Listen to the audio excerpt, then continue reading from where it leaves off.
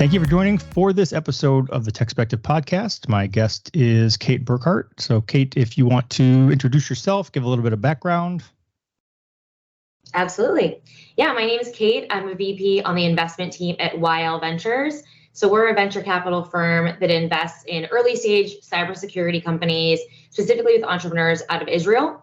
So the thesis is really to connect the top tier cybersecurity talent in Israel with the largest market for cybersecurity solutions, the United States. So I'm based here in New York, and my role is split between both diligence of new investments and also hands-on support to our existing portfolio companies in areas like go-to-market strategy, business development, leadership hiring, marketing, follow-on fundraising, et cetera.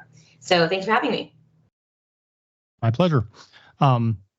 So you said you're in New York. I was going to say, like, I've noticed, and I've worked with and for some of these companies directly, but I've noticed that Boston is sort of the East Coast Silicon Valley for Israeli cybersecurity startups. Like, there's a number of companies that are, quote unquote, headquartered in Boston, but are actually Israeli startups. Yeah, there is definitely a center of gravity for Israeli startups in Boston, particularly those focused on markets like higher education or healthcare. But in New York as well, I'd say increasing, particularly if you're looking at customers in financial services, this is a great place to be, or media. I think it's all about sort of, as a CEO, being as close to your end customer as humanly possible. So both definitely big markets for that. Okay. So one of the things I wanted to start off with, and I think because of your role and the companies you work with, I think you'd have, I assume you'd have great insight on this. For years and years now, we've been talking about the cybersecurity skills gap. I mean, it's a persistent headline. Almost every single conversation about cybersecurity starts off with there's a cybersecurity skills gap. And there's these millions of jobs that are unfilled. And it's this massive sky is falling tragedy that, we're going to face. More recently, I've seen very direct pushback. In fact, there's been an ongoing, just this week and in the last month, conversation going on LinkedIn and other forums where, a friend of mine, Ben Rothke, wrote an article digging into some of those numbers and said, well, you know what? This is not a scientific number. This is not an actual statistical number. This is like, everyone keeps quoting these numbers, but you can't actually validate where that number even came from. It's just one organization said there's going to be 3 million jobs or whatever, and everyone's been using the number. And I think when I look at all of the layoffs that have happened, given the current economy, all the layoffs that have happened of cybersecurity professionals, and all of the people who I know who are on LinkedIn looking for jobs, fighting for positions, it's like those two things don't jive. Like, you can't tell me there's a cybersecurity skills shortage and millions of unfilled jobs while tens of thousands of people can't find jobs. So I guess, in the end result of that, all of my rant there is simply, what's your perspective on this? Is there a cybersecurity skills shortage, or is that just a myth? Yeah, so to your point about recent market conditions, certainly the broader macroeconomic environment is going to have an impact on companies' abilities to hire, just in terms of all positions across the company, right? And so we have seen, I would say, more and more security folks in our networks who are open to work, who are changing jobs. But I'd also say there's definitely open roles out there. And I think that a lot of folks with skills in these areas are in high demand. So typically we find that folks are landing in a relatively sort of short amount of time. And we work with some great recruiters who can help place folks based on their experience, and sort of the wide realm of options for cybersecurity is pretty interesting, right? CISOs in various industries, or maybe you'd like to join a startup and sort of try that hat on for a while, or perhaps you'd like to go to a nonprofit institution like a SANS or other great organizations out there. There are, I think, enough permutations that we find folks are landing. And those skills will always be in high demand, growing areas of like within cybersecurity that require more talent. I think it'll only be a growing need. So, I'm pretty positive about it. I think that, of course, there's short-term sort of ways perhaps to ride out and maybe flat budgets over the past few months. But I'm pretty hopeful and confident. And based on the great folks that we work with, we find that the folks are landing pretty safely. Well, and I will also kind of throw out the caveat that it's painting with a very broad brush in the first place, because to just say, well, there's millions of cybersecurity openings. It's like, well, okay, what does that mean? Like, are we talking about entry level, SOC analyst? Are we talking about, DevOps engineer? Like what level? Like there's a very broad range of roles and skills involved in the industry. And so, like, to your point, I think there are very, there are definitely positions that require more skill, more in-depth knowledge, that maybe there is a shortage of people who have the right skills and knowledge to fill those roles. But that's slightly different than saying, oh, but we've got tens of thousands or millions of these open roles. And I think two other kind of quick thoughts on that. One is that I think another issue that comes into play. Your point was very good about given the market conditions. Yes, a lot of people have been laid off, and you might think, oh well, if there's all these openings, shouldn't they just be snatched right up? It's like, well, maybe, but the same economic conditions that caused the companies to lay people off also makes it hard to hire. They didn't just turn around and just hire people back to fill those same positions, but also job descriptions are a problem. Like a lot of time, you'll I mean, this is not profound. I think everyone knows this in the cybersecurity industry, but you'll see job descriptions that just ask for things that are just unreasonable. Like, you can't say we're hiring for an entry level role that requires 5 years of experience in XYZ. What was the other thing? The other thing I was going to say, when it comes to trying to calculate the number of openings, one of the things I've noticed is, and there's one particular role, I'm not going to name the company, but there's a particular role that I saw recently, and I know that others do this, but it's a remote role. So there's a company that's hiring to fill a role. It's remote. But if you go look on LinkedIn Jobs, that same job is listed like 70 times, because it says, it's like, we're hiring for this role in New York, parentheses remote, in Boston, parentheses remote, in Dallas, parentheses remote. It's only one role, but it's listed 70 times. And so I think that inflates some of the, if you just went out and did a kind of a broad search on LinkedIn, and you said, how many jobs are there? And it says, oh, well, there's 150,000. It's like, are there, or are there like 10,000? Yeah, no, that certainly makes sense. Certainly makes sense in theory. And I think, I do think that the job description piece that you flagged is also interesting. And I think there's a lot of opportunity. I mean, everyone wants to talk about Gen AI and LLMs, but this is just another tool in the toolbox that I think workers across industries, including in cybersecurity, will start to fold into their daily lives and jobs. And so whether it's developing a new skill set and bringing that to a new role, or learning yourself, within your day-to-day about how to employ these new tools, all of that, in my opinion, only provides more opportunity to really add value. So yeah, I think it's certainly interesting. It's not a new problem. It's not a new topic, but definitely mixed signals. Right. On the AI there, and yeah, I think I've said this a few times now, so at some point I'm just going to have to claim it as my own, but I overheard someone at a conference. I can't give him attribution for the comment because I don't know who he was. I just overheard it. But it was brilliant.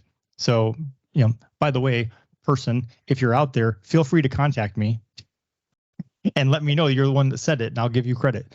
But I overheard someone say that everyone's worried about AI is going to take your job, and he said it's not that AI is going to take your job; it's that someone who knows how to use AI is going to take your job. And I was like, that's brilliant, that's perfect, because it does come down to that. It's like, it's not that AI is going to replace everyone, but if you know how to leverage it to streamline, it basically becomes a force multiplier for yourself as in terms of your own productivity. So it's like, yes, if I know how to use AI better than you, I'm going to get the job. Okay, well, let's move on. Let's talk about ransomware. So obviously a huge, kind of the scourge of the internet, these past few years for sure. In a former life, I was working at Cybersecurity, one of those Boston-based Israeli startups.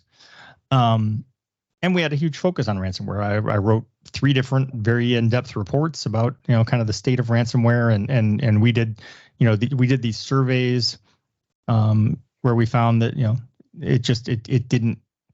Not only is there all the guidance about kind of the why you shouldn't pay, but in our survey we found that more than half of the companies that paid the ransom ended up getting hit a second time.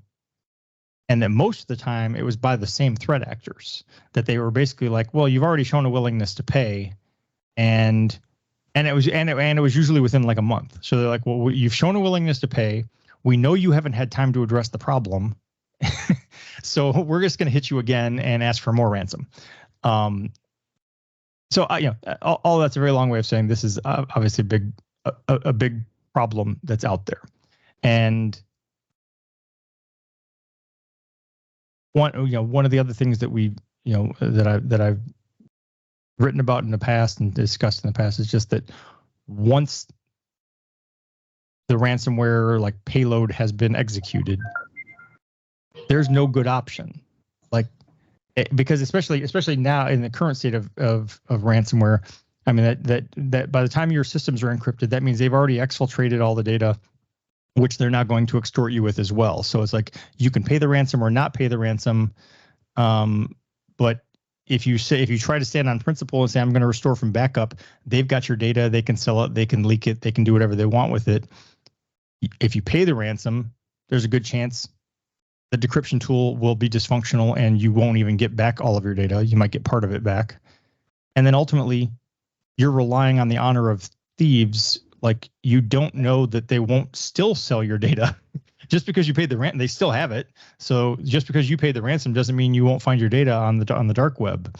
So given that, as you're working with companies and kind of like your view of the industry as a whole, does it seem like anyone has a creative solution to this, or are we just swimming upstream?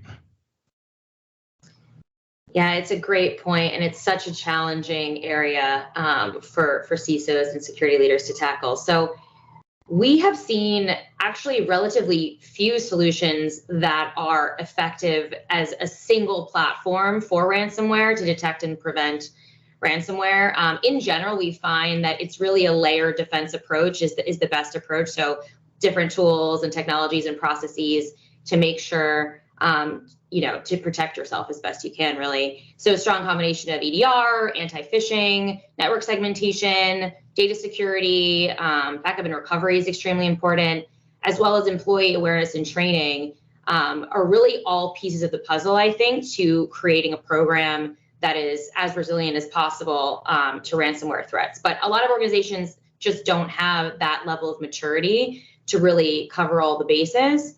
To your point about surveys, we did an interesting CISO survey last year at YL Ventures and a report on ransomware that I thought was pretty interesting. So from our data, 42% of our respondents had fallen victim to ransomware, and to your point, are put in very difficult positions about what to do and whether to comply. Things like double and triple extortion don't make this any easier.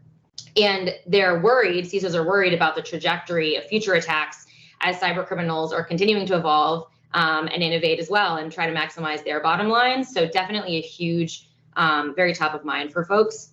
In terms of solutions, most respondents, in general, it was about 60% of the budget that was allocated to prevention, and then 40% to recovery and response. So there is a bit of a bias toward protecting against and preventing where possible.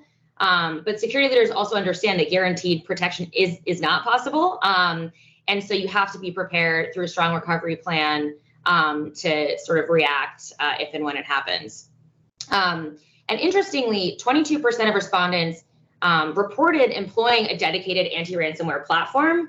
But then when we dug in a little deeper, these were actually more like features of the existing endpoint security providers, rather than a specific purpose sort of dedicated anti-ransomware point solution. So it's interesting, despite this being a huge problem and despite an abundance of solutions sort of addressing different areas, we haven't found a one-stop shop that addresses the whole. Well, I was going to say, like, so yes, when you said, that it was really just kind of features of other platforms and tools they already had in place, and not like a dedicated ransomware defense. I know there are companies out there that claim to have that, but I'm like, what would that even be? Because I mean, like ransomware can come in through basically any threat vector. So it's like, if you said, okay, well, I've made this platform that just blocks ransomware, like I'm gonna defend you against all ransomware. It's like, okay, how is that different than any other EDR, XDR, whatever? You're trying to basically say you're a Swiss Army knife that's going to protect me against everything. The other thing that I thought was interesting is that just recently there was, I forget which group it was, but one of the ransomware groups used the new SEC rules against their victim by outing them. So they're like, oh, well, you didn't pay the ransom fast enough. Well, we're going to let the SEC know that you didn't report this breach. Absolutely. I heard about that one as well. It's terrible. Yeah. And you mentioned like, single, double, triple extortion. One of the trends I've seen over the last 18 months was this it almost doesn't even fit the term ransomware anymore, because they went from the double extortion of, we're going to steal your data to hold it as a ransom for an extra leverage of extortion, to, what if we just don't encrypt your data? What if we just steal the data and we ransom that? Which, when I first saw that, I think the first time I saw it was like the end of 2021. There was an attack, and I immediately thought, yeah, that's brilliant from the threat actor's perspective, because ransomware is noisy, or it can be.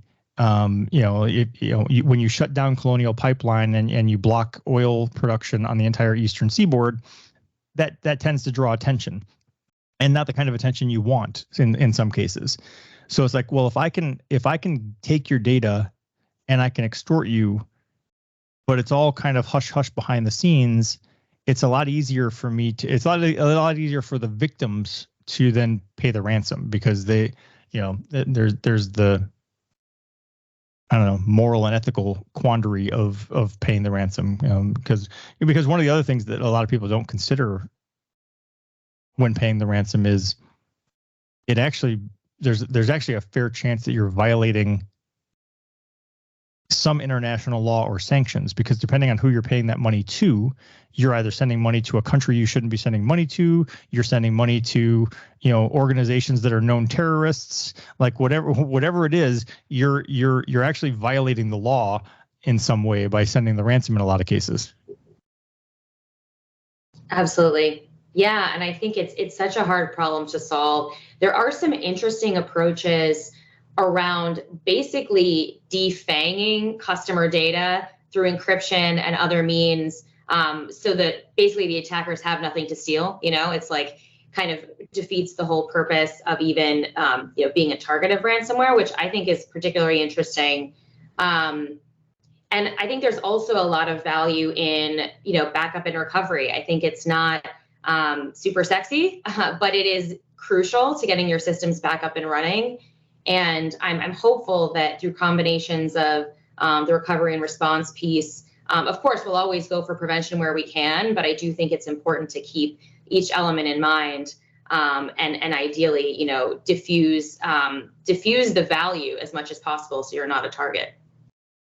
Yeah. So I also wanted to ask about phishing, and I think there's definitely a tie-in there. I mean, so phishing, I would say, is next to ransomware, the other like primary thing that a lot of organizations are worried about on a day-to-day basis. And the phishing is oftentimes the pathway to the ransomware. That's the way in. We just crossed the 1-year anniversary of the public launch of ChatGPT. This entire past year has been nothing but generative AI all day, every day. I mean, I've covered generative AI 100 different ways. And immediately, like one of the first things everyone talked about was what that was going to do to transform phishing. That now, instead of me getting some broken English, doesn't even make sense message, the threat actors can now say, "Hey, ChatGPT, write me this message to this person," and it should be better. And I've not seen like hard data, but anecdotally speaking, I've heard people say that yes, there has been a rise in the volume and a rise in the quality of phishing.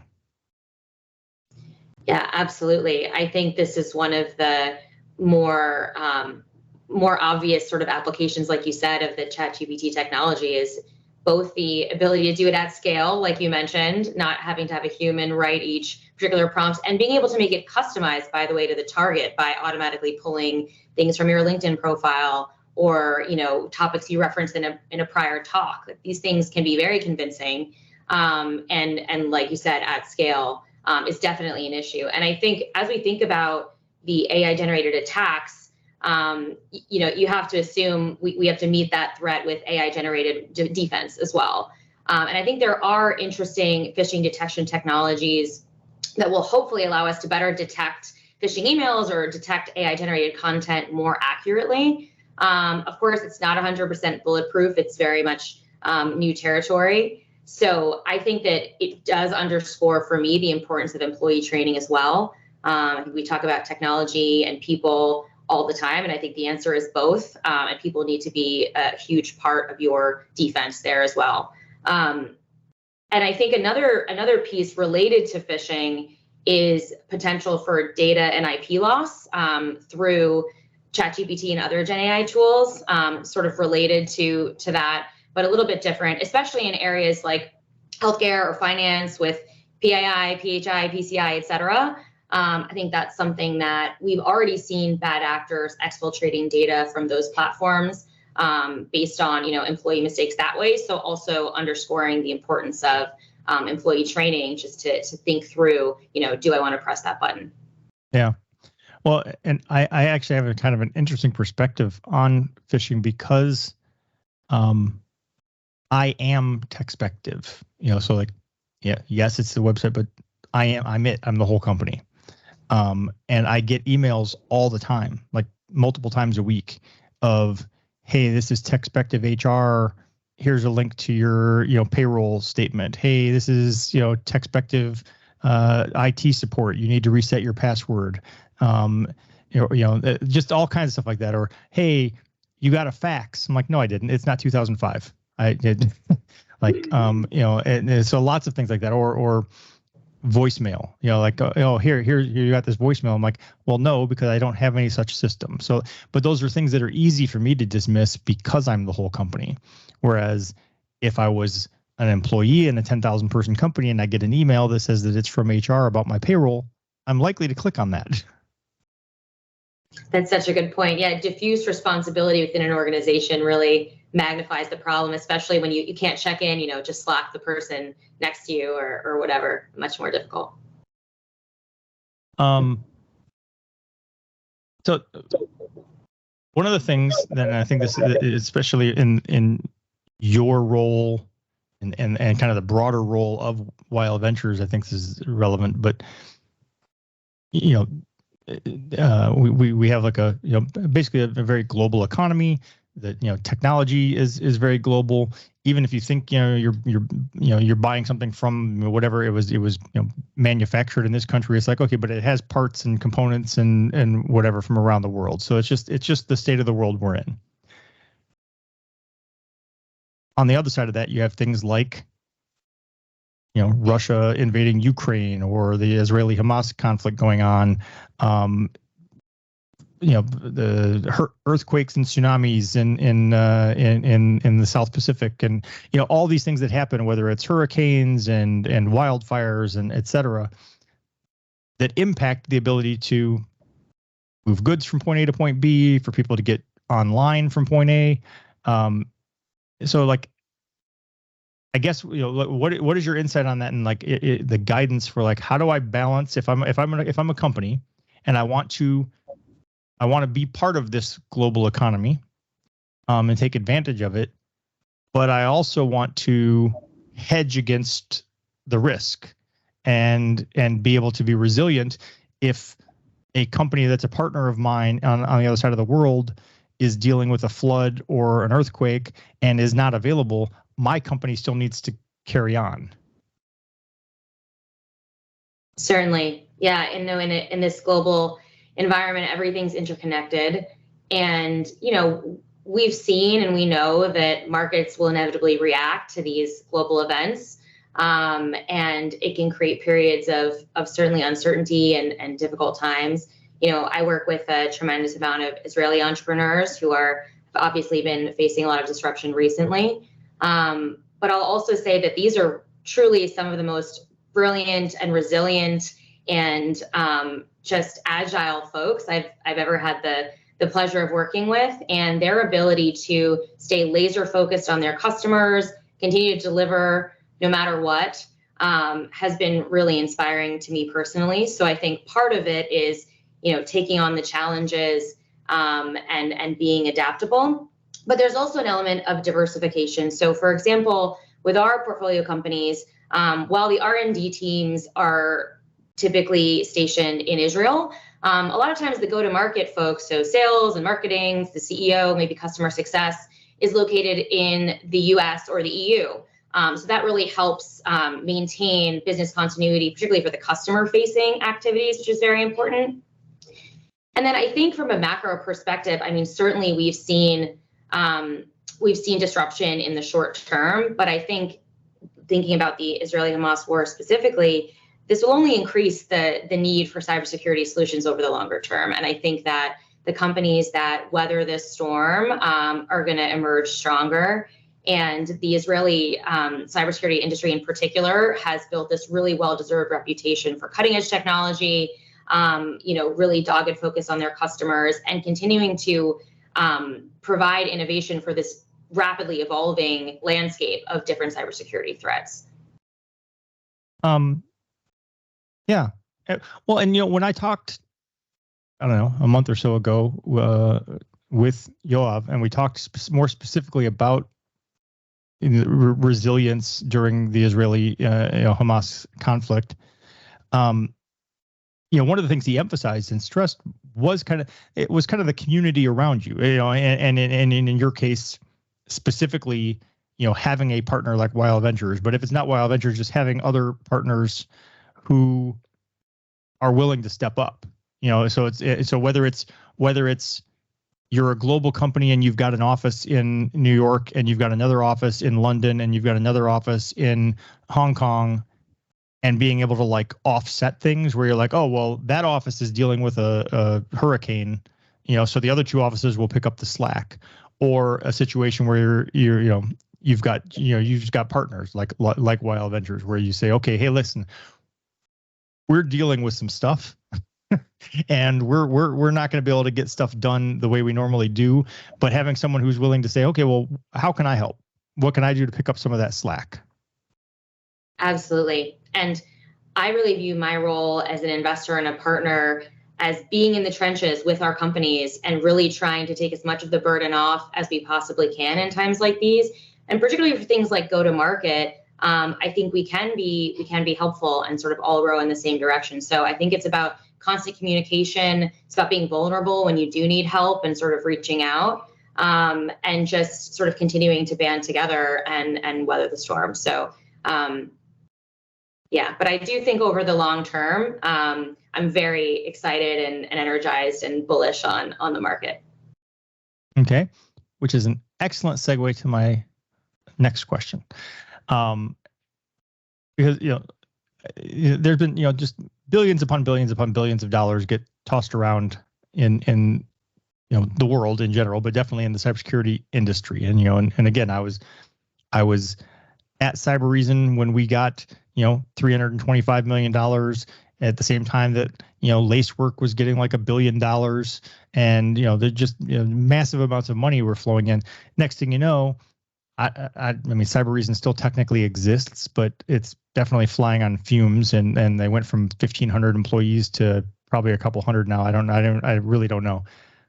They laid off a lot of people. Lacework laid off a lot of people. So it's like having that influx of cash didn't save them per se. It actually, to some extent, might have introduced problems because all of a sudden, not only do you have a kind of a slowdown, or in the economic market in general, but you've also got investors to answer to, which kind of compounds the problem.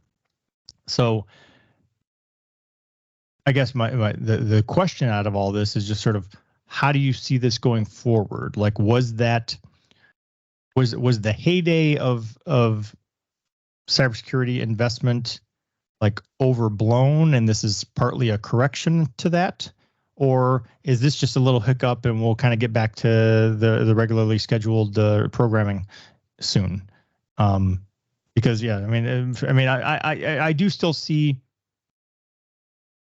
news every once in a while. I get pitches where it's like, hey, we got our A round, we've got, there is still funding going on, just not, I think, the volume or the amounts that I was seeing previously. But then on the flip side, you've got things like, Cisco tossing $30 billion out to buy Splunk. I mean, so there's money out there. Yeah, certainly. So the economic downturn has affected us all, and in particular, it does make investors wary of taking risks, particularly when they're at higher valuations. And the biggest thing is they want to make sure that startups can back those valuations up with real ARR and positive market traction before they invest. I will say this hesitance tends to affect the late stage funding rounds at the highest valuations first, and sort of work its way back from the IPO markets to the early stages where we place. So we've been a bit more insulated just as a result of being so early, and having longer timelines and sort of more time to build. But it's been a difficult market, and we're certainly coaching our portfolio companies on a couple of ways to adapt. So one was probably 18 months ago, we went through an exercise with our companies of looking at runway, looking at burn, thinking about, to your point, being efficient with the capital that we have, and being thoughtful about spending. And of course, wanting to grow and invest in the important things like R&D and sales, but not being wasteful, being responsible stewards of capital. And another piece of the puzzle, really the piece that always stands out with investors, is real market traction. So we're laser focused on helping our companies hit defensible customer acquisition and ARR milestones ahead of a Series A or any subsequent fundraise. And we have boots on the ground here, myself, marketing and HR teams, operating partners, a CISO in residence, and sort of a whole suite of support to really help supercharge our founders and help them hit those milestones. But I'll also say, for the market for cybersecurity solutions is not going away. And the Israeli innovation market has really been proven as a great source for new and innovative approaches. And I think that investors will always be interested in supporting founders who show that longevity, show that responsibility of being a good steward of capital, and show an interest in being a market leader, have really big dreams and a big vision. And so I tend to think, obviously I'm biased, but with support and guidance from the right partners, that cybersecurity startups will be able to weather the storm right now. Yeah. Okay. Well, and like not even going to pretend to really understand finance, but the little bit that I do know says that the VCs at whatever stage they are ultimately don't want to sit on their money. It's like that's not the purpose of having the money or being a VC. The purpose is to grow it, and you can't grow it by sitting on it. So, at some point I would think you have to open the floodgates again. And, even if you're a little bit more cautious about it, you want your money in the game. Absolutely. We have a responsibility to deliver returns for our LPs. And the only way to do that is to deploy capital in great companies. Awesome. All right. Well, I mean, I don't have any other questions. Is there anything else you wanted to talk about that we didn't hit on? No, it's been super interesting. And yeah, thank you so much for the time. Thank you for your time. I appreciate you investing your time to listen to the podcast, but I also invite you to engage on social media. Please go like our Facebook page and follow at TechSpective on Twitter and Instagram. You can feel free to let me know what you like, let me know what you don't like, let me know if you love it, let me know if it sucks, and let me know what products you'd like to see reviewed or what questions you'd like to see answered in future posts.